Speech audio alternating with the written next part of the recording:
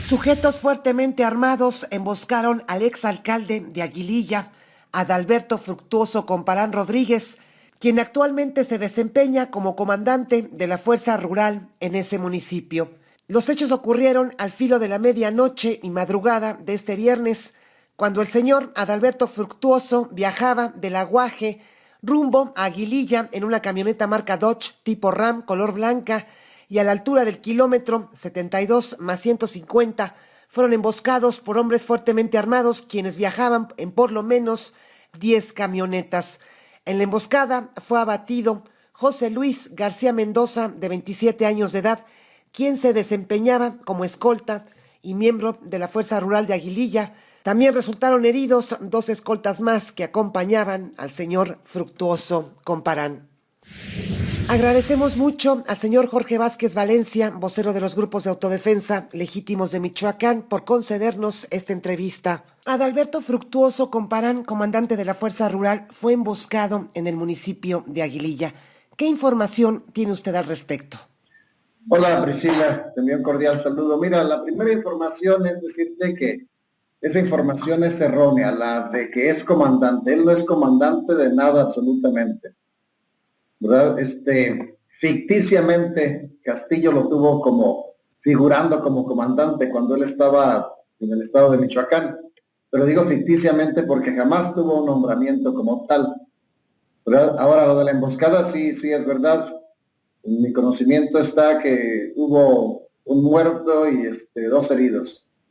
El Fructuoso salió ileso. Se rumora que tiene por ahí un rozón de bala, pero no lo pude confirmar. Señor Vázquez, usted ha señalado constantemente los vínculos del señor Adalberto Fructuoso Comparán con el crimen organizado, en específico con los Caballeros Templarios. Sí, siempre lo estuvimos diciendo que él era un operador, colaborador de los Caballeros Templarios, que era uno de nuestros perdonados en el municipio de Aguililla, pero el comisionado Castillo lo elevó al rango de comandante ficticio, así como te digo, ¿no? Pero como representante de nuestro pueblo. A pesar de un montón de cartas y comunicados que le hicimos llegar a Castillo, donde pues nadie lo reconocía como tal. Desde la salida de Castillo y en complicidad, con la complicidad, digamos, de la Policía Federal y del mismo Ejército en la población, él ha seguido con un grupo de gente armada siempre en su protección, por decirlo de algún modo, ¿no? Siempre ha traído a esta gente así de forma ilegal e irregular. Te menciono esto, Priscila, porque la nota que yo leí dice que son también miembros de la Fuerza Rural, el muerto y los heridos. Yo ni siquiera puedo comprobarte si son miembros de la Fuerza Rural estatal o no, porque hasta donde sé, en el estado no existe esa figura de Fuerza Rural estatal. 1. 2.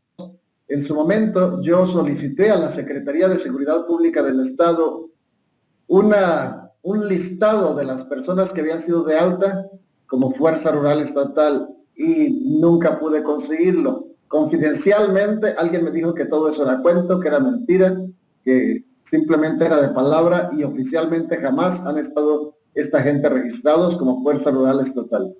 Señor Vázquez, posterior a esta emboscada, el día de hoy, a través de las redes sociales, circula un comunicado firmado por la nueva Guardia Michoacana, que entre otras cosas afirma que ya comenzaron con la limpia de traidores. ¿Sería acaso este grupo el responsable de esta emboscada? Pues es probable, es probable. Este hombre pues, ya se formó un grupo armado. Recordarás que te decía que se lió a los Viagras en un momento dado, ¿verdad? El caso es que se convirtió él en miembro de un cártel, de un grupo armado. El pleito por las plazas iban a tratar de dirimirlo en las elecciones y si no quedaban contentos comenzaría la guerra, comenzaría el pleito entre esta gente. Que eso es lo que desde mi punto de vista está sucediendo. No fueron los resultados que esperaban o como haya sido, y pues ya está comenzando otra vez la guerra de estos grupos armados en el estado de Michoacán, y este señor Fructuoso Comparán pertenece a uno de esos grupos armados. Ni es un ataque contra las autodefensas, ni es un ataque contra la Fuerza Rural Estatal, que de repente los ataques a la Fuerza Rural Estatal son precisamente porque el comisionado Castillo pues puso muchos delincuentes en esa Fuerza Rural Estatal que tienen sus pleitos y sus rencillas con estos otros grupos del crimen organizado, ¿verdad? Son considerados traidores para los templarios, muchos de ellos, como el caso de Fructuoso Comparán. Señor Vázquez, ¿cuál es la situación de violencia que se vive ahí en su municipio, bueno, y en general en todo el estado de Michoacán? ¿Continúa la violencia, continúan las extorsiones? No hemos visto ya información de violencia informada, valga la redundancia, por los medios de comunicación. Mira, los medios de comunicación están exactamente igual que antes del surgimiento de los grupos de autodefensa y durante el surgimiento de los grupos de autodefensa.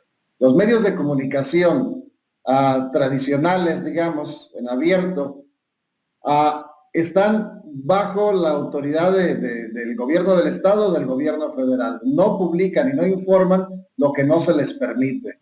Así estaban antes. Recordarás, Priscila, que duramos meses con los grupos de autodefensa donde el gobierno estatal y federal negaban la existencia de estos grupos.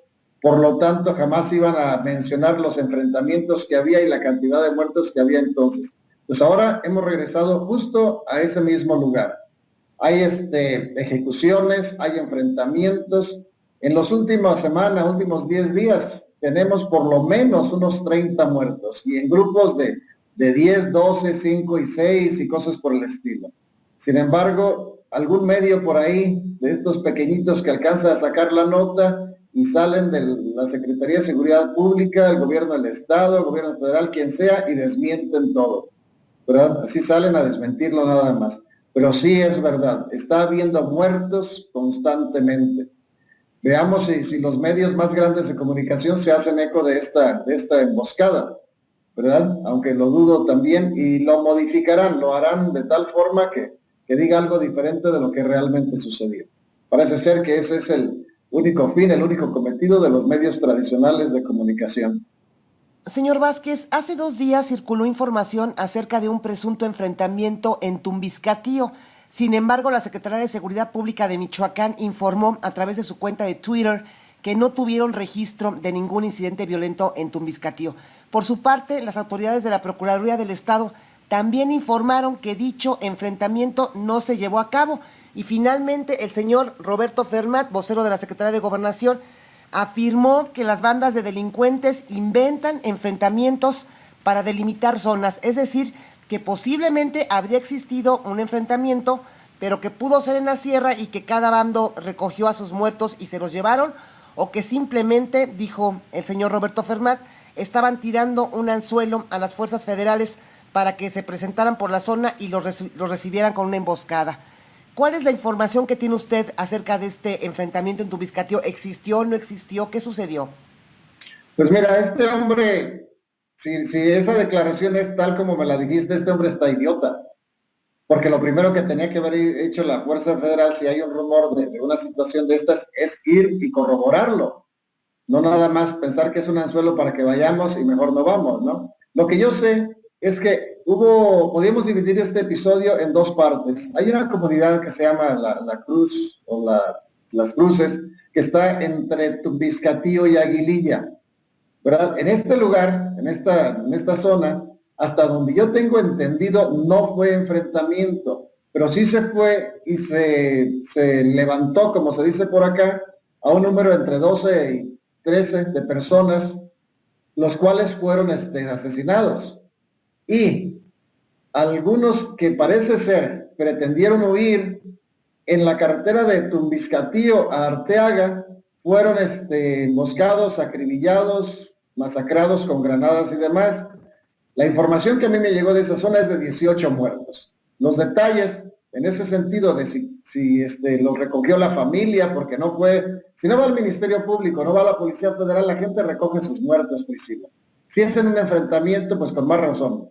Regularmente no se dejan a los muertos tirados, ¿no? Solo cuando prácticamente los acaben y 1 o 2 tengan que salir huyendo y los otros quedan ahí tirados. Pero siempre intentan estos grupos recoger a sus muertos. Y te digo, si no aparece el Ministerio Público, la Policía Federal, pues la gente recoge sus muertos y los entierra sin ningún protocolo, ¿verdad? Por eso de repente las cifras que nos manejan a nivel federal de la cantidad de muertos que tenemos, digamos, no alguna vez, siempre resultará falsa. Yo creo que si pudiéramos contar todos los muertos, Priscila, la cifra se podría elevar al doble. Porque de estos, te pongo nada más ese ejemplo, de estos 18 muertos, no hay registro en las autoridades. Y en los cementerios de los ranchos, pues tampoco hay registros de nada. Se entierra la gente y punto.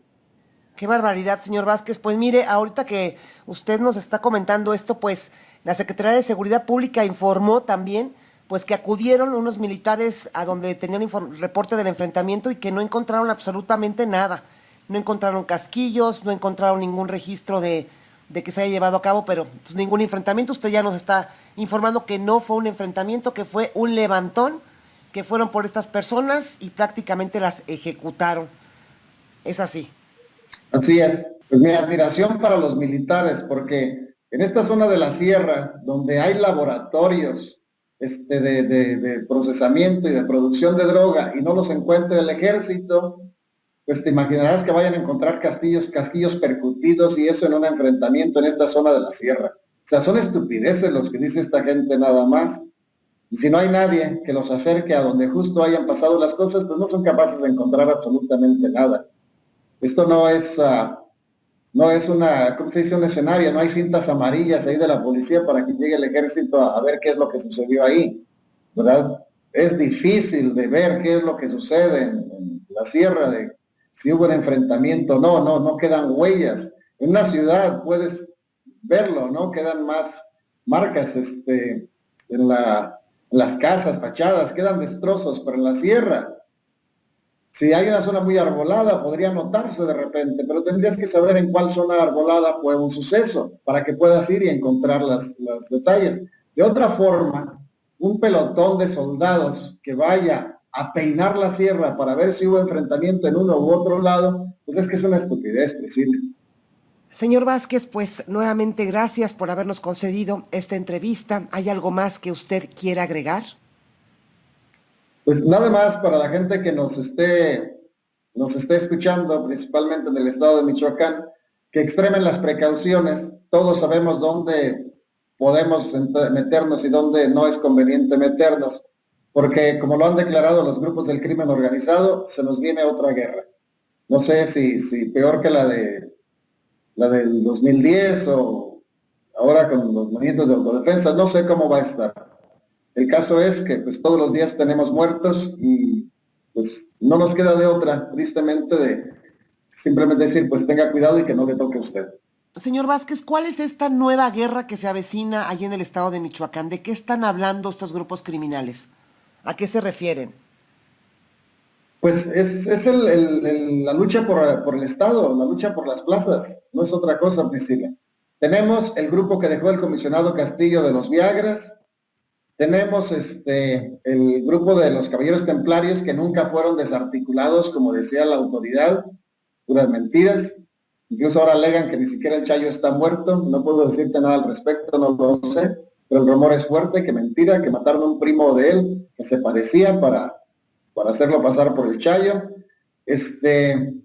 Está, por otro lado, el cártel de Jalisco Nueva Generación queriendo entrar al Estado. Otros grupos que se escindieron de los Caballeros Templarios y tienen su propio territorio.